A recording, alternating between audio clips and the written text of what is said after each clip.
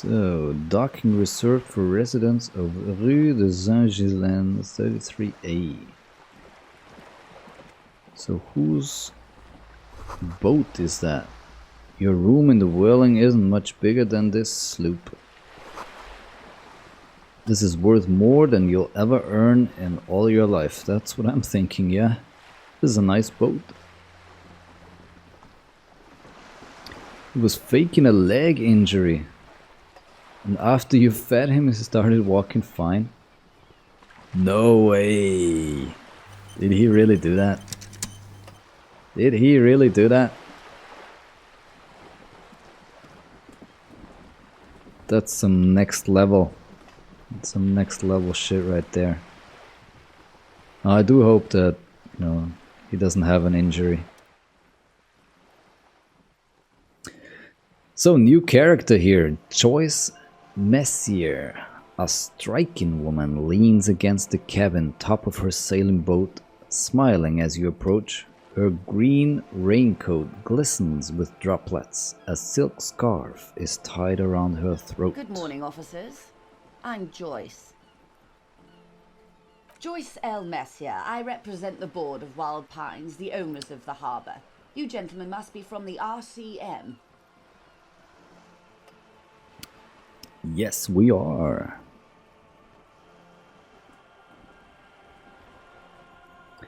They say old dogs can't learn new tricks. When he's 15.5 years old, he'll learn something new. Yeah. Yeah, that's already quite old, isn't it? I'm not that familiar with dogs, but I would think it's something similar to cats, and for cats that's already a pretty advanced age. What kind of dog is it? What gave us away? I've said it to every drunk in town, and you're the first one who's responded.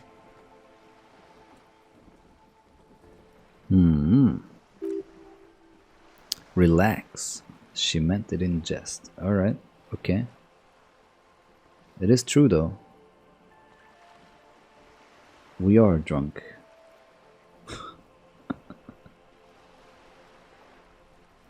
Yeah, so it's almost 85 in dog years. Right, it's probably very similar to cats. It's a purebred poodle, medium sized. Okay, nice. Nice. And you have to get up very early because of him. He needs his food, he needs to go out for a walk. I know my cats, they make me get up every day at 6 AM. It's crazy actually. Choice L, what does the L stand for? My maiden name. Her bony hand dangles from the sleeve of her oversized raincoat. Alright. Let's shake her hand, hello. To see you here. Like steel, there is strength there. If she wanted, she could sink her nails deep into your skin. Ooh. I was dispatched to handle a strike, not a lynching. Anything I can do to assist the RCM in this matter, I will, gladly. That's what you're saying, but... That is good to hear, madame. My colleague will take the lead on this interview. I should let you know that he is recovering from an unusual medical episode. Very unusual. But I can assure you of his ultimate competency. Ha! How nice of you, Kimmy. It's true though, yeah, we suffer from a very unusual medical episode of blackout. Complete drunkenness and amnesia. How interesting. I wish you a swift recovery. In the meanwhile, you have my full cooperation and the full cooperation of the Wild Pines group. Alright, well thank you. It's hard to get a read on her precise disposition, but she appears helpful. Yeah, she does, right? But I don't know, she's probably got something to hide, right? So yeah, Pander says the dog needs food at 7 or else he won't stop complaining. Yeah, it's the same, man. Just my cats get up at 6. Actually, they get up earlier, but at 6 they get bored and hungry and whatnot. So they wake me up at 6. You have a 4-year-old pupper that is used to breakfast at 7 a.m. as well. All right.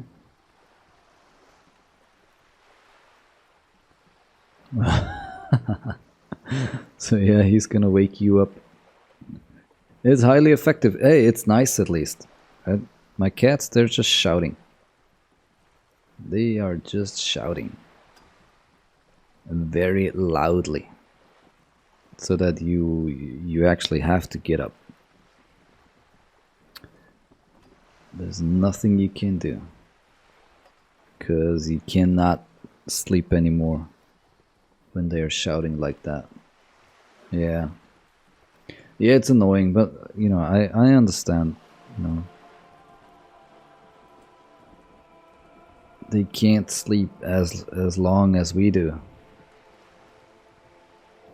Right? They take a lot of naps throughout the day, actually. But it's always just, you know, an hour or 2 hours or so. So for them, sleeping 7-8 hours maybe in a row, it's... I get it. They gotta get up. And they're getting bored without me. Or my wife. So one of us has to get up. So, we need to ask her some questions, huh? You're on a boat. What a wild observation there.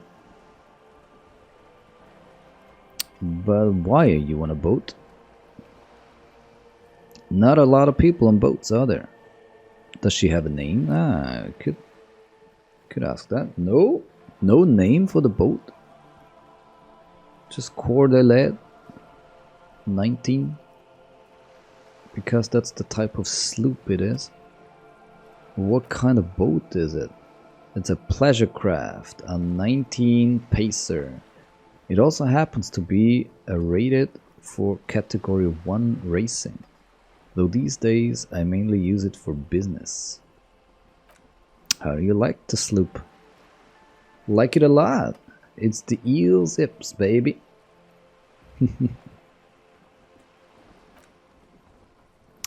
I'm enjoying this part of the interview. It has so little to do with the murder we're investigating. Okay, calm down, Kim. Right, we need her to open up. And to get her to open up, we need to ask her about these things, right? We need her to trust us. Don't worry, I got this. I got this. Your old dog starts talking to you when you sleep. No. Oh yeah. Yeah, that can happen, right? It happens sometimes with my cat, to be honest. It always depends. It's like a little kid, to be honest. If she sleeps right, I don't know, before I go to bed, then when I go to bed, she's no longer sleepy, and then she starts shouting as well. So you gotta be careful. You have to keep her entertained. Basically until you go to bed, so that you can have a nice 6 to 8 hour period where she's also sleeping. The boat shall be called Not for Sale. Oh, I see what you did there. Anyway, we got like $7. So we're not gonna be able to buy this boat anytime soon anyway. Do you have a license for this boat? Officer, I assure you I'm a highly qualified pleasure craft operator. The crowns of her teeth are porcelain, white as the boat's hull as she smiles. Her nonchalance might be related to something called the Wayfarer Act, a law that says she doesn't need a license. Sly fox, you're not aggressive enough to harass her further on this. Alright, alright. I can handle the boat thing. What about Wild Pines though? What do you do? What we do, I'm afraid. What we do. I'm afraid I don't speak for Wild Pines as a whole. It's a giant undertaking. There was a touch of discomfort there. She wants to merely represent. Alright. What do they do? The Pines' core competency is logistics, container shipping, freight, that sort of thing. She points to the small dots on the horizon. See those airships there blinking? Those are the shipping side of things. Then to the east towards the harbor, and that is the terminal. Another subdivision deals with energy, oil and gas exploration. Offshore platforms. The Wild Pines group is one of the original Ravacholian Indo tribes. Companies awarded royal monopolies by the king, the suzerain himself, centuries ago. The king is long gone, but several of the Indo tribes remain. Who are the other Indo tribes? Saint-Baptiste, Lum, an unknown entity known as Brightest Star. I have a feeling we're gonna run into these sooner or later. You're in good company, it seems. Why, thank you. She doesn't register the real meaning of the remark. Probably better that way. So how much money does Wild Pines have? What a weird question. I'm not at liberty to discuss the company's balance sheet. But I can tell you that last year the company booked more than 20 billion real in revenue. That's it. Numbers like that mean nothing to me. That's kinda true. We are on 7 real. Far away from 20 billion. Yes, past a certain point numbers begin to seem imaginary. But they are quite real for the 72,000 employees who depend on Wild Pines for their paychecks. A conglomerate the size of Wild Pines is like a shark. If it stops moving and growing, it will die. Then what becomes of those 72,000 families? It's a tremendous responsibility. Right. I'm not really interested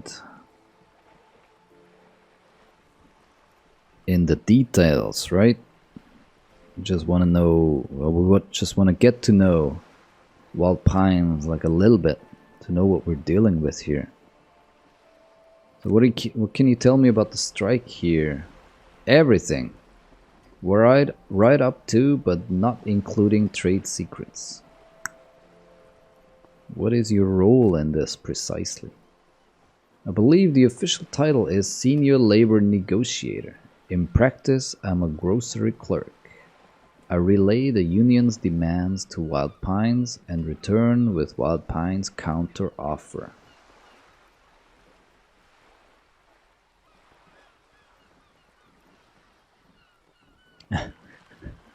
The lady reminds you of Sigourney Weaver? Yeah. When she was young in the Alien movies. Yeah, the face maybe? I don't know.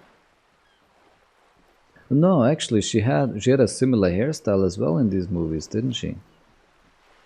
I don't know, it's been quite a while.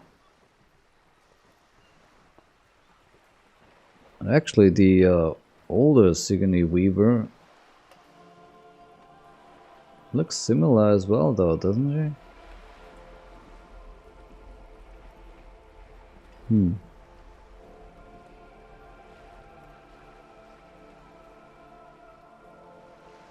I kind of agree with you there.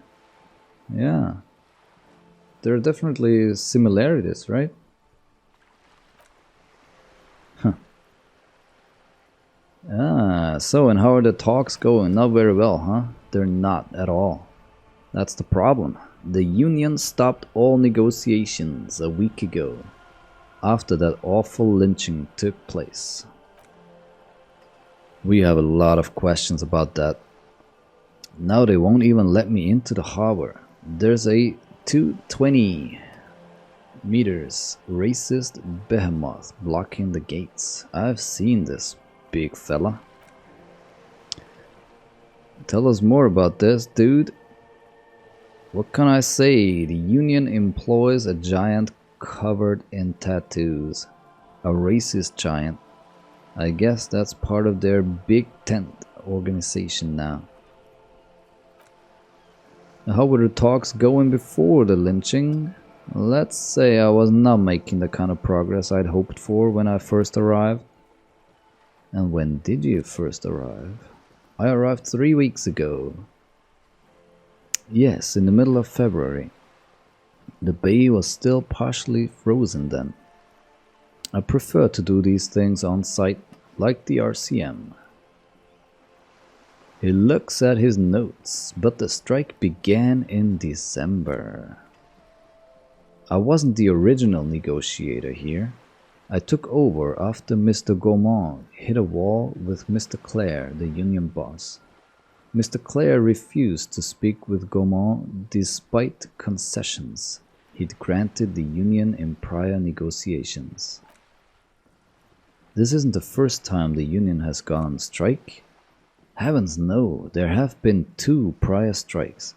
Both times the union won significant concessions, including overtime pay and a medical plan. This time their demands are more, I guess you could say, aggressive. Ludicrous even, it's meant. Alright. We're getting a little bit of the backstory here, huh? Interesting, interesting. You're gonna call... you're gonna call her Lady S from now on? Yeah? Lady S. What happened to this Gaumont fella? Mr. Clare told him to... How did he put it? To fuck off. Alright. Okay then. Yes, keep in mind, this is a negotiator Mr. Clare has worked with before and who was more than fair with him and the union. Okay. Well, something definitely happened here. What are their demands? There are leaflets everywhere and banners. What did they say again? Oh yes, every worker a member of the board. What?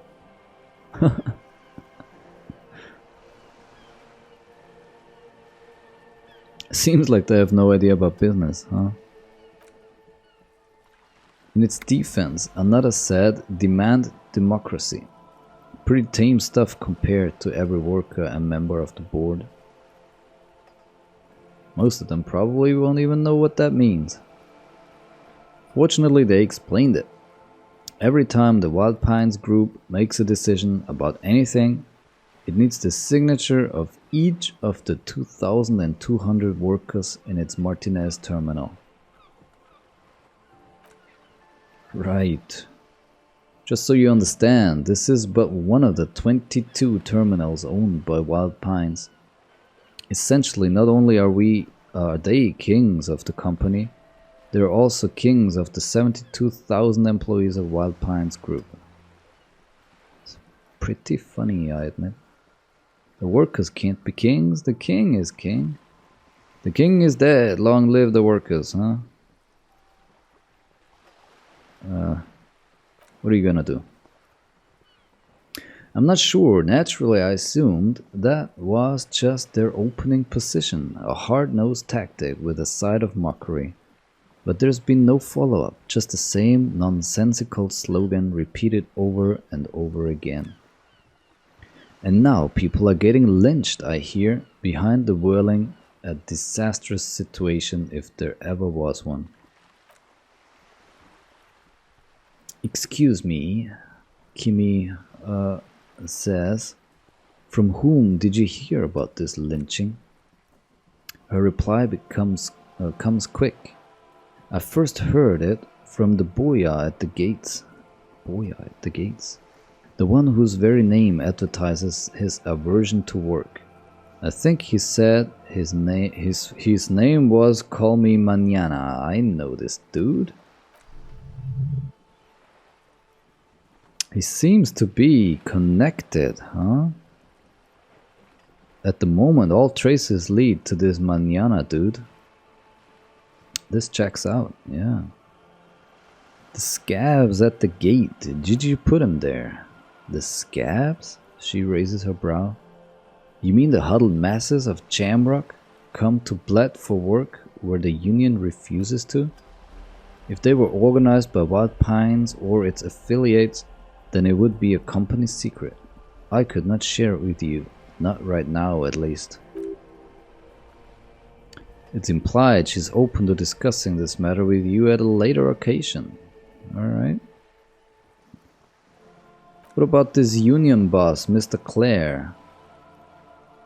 Everard Clare is a man of the utmost integrity. If you can say one thing about him, is that he always puts the interests of the workers first. Really? Of course not. Everard is fantastically corrupt. I imagine he has a thick, vicious goo where you and I have blood. Is he that bad? He is the most corrupt individual I have ever seen, and I deal with men like him for a living. If there is anyone more venal, more irredeemably nepotistic, then it's his twin brother Edgar. Hey, we learned something new here. He has a twin brother. There are two of him? Yes, Edgar looks exactly like his brother except for that lazy eye. He also talks exactly like Everard does, and when one's term as a foreman is up, the other takes over. It's how they circumvent the term limits, you see, with a funny little switcheroo. While in office they've embezzled God knows how much of their workers do. What about the Union itself, outside the Brothers Clare? The Débardeurs Union was once a perfectly normal institution, 20 years ago anyway. It must not have been easy to establish under the Emergency Act, but they did it. I can respect that.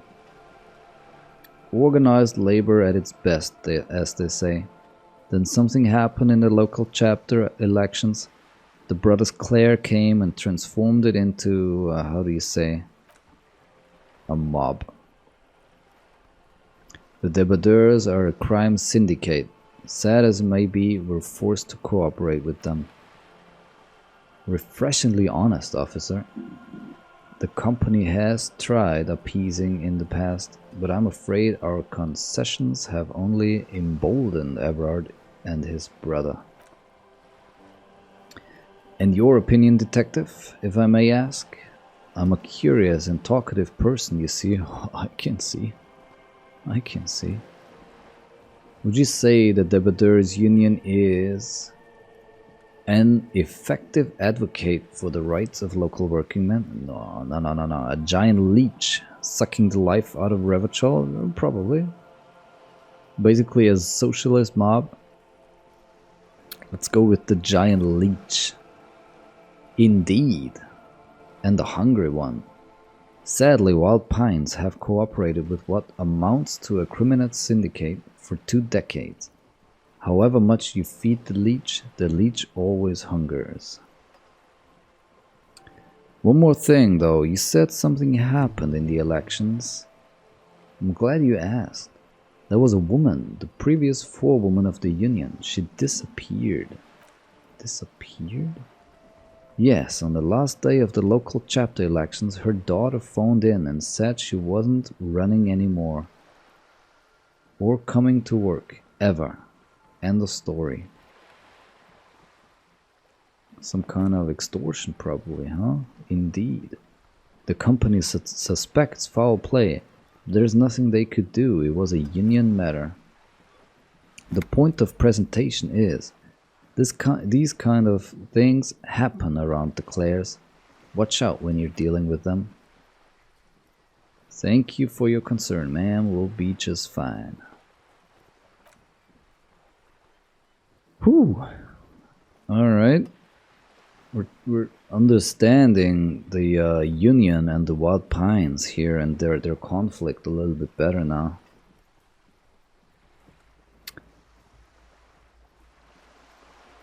There's still the question though, the guy that was lynched, he was your security guy, wasn't he?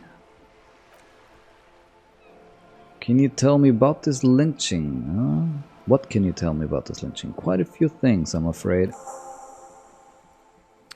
The information I'm to share with you includes sensitive trade secrets. For the sake of my employer, I have to ask for your names and badge numbers. This is a problem.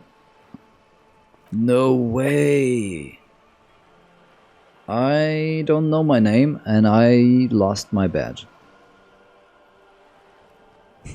Of course, ma'am. We should have introduced ourselves. The lieutenant hands her a piece of blue plastic. I'm Lieutenant Kitsuragi from Precinct 57.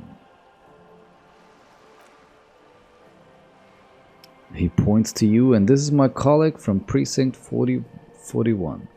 I'm afraid he doesn't have his badge at the moment. I hope mine will suffice. I hope so as well. How curious, she returns the lieutenant's badge and turns to you. Why is that, detective? Remember when my partner told you I'd recently suffered from an unusual medical episode? My lost badge is related to it. I see. So, are you saying you lost your badge during the course of this episode?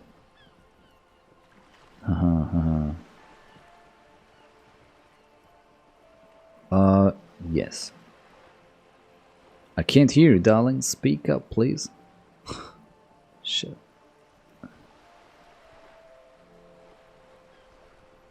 It's possible. After a night of heavy drinking, I lost all memory of my life and the world. We really have to tell her? I could have eaten it for all I know. I don't remember anything. This world, this city, nothing. I'm not happy with either of these choices here. What's going on there? Yo, Pander, it's about 8 AM. You're opening your first beer? Hell yeah. Enjoy, man. Cheers. Yeah, well, let's go with the drinking, huh? Let's be honest. Oh dear, she sighs with confusion, sadness even. Some kind of encephalopathic amnesia. I don't even know how to respond. I do believe you, naive as it may sound. I simply can't imagine what you'd gain by faking such a condition. Yeah. As I said, ma'am, his technique may be very unconventional, but he is an officer of the RCM.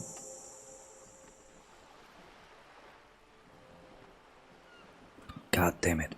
Of course, I sympathize, but I'm afraid I simply can't share anything more until I've seen that badge.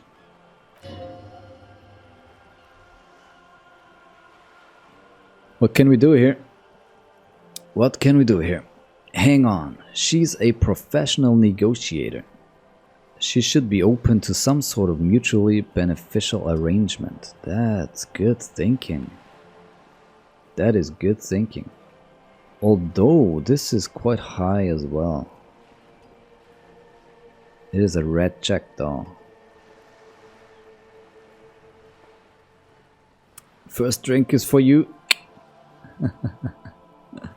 Enjoy it. Send some over my way, alright?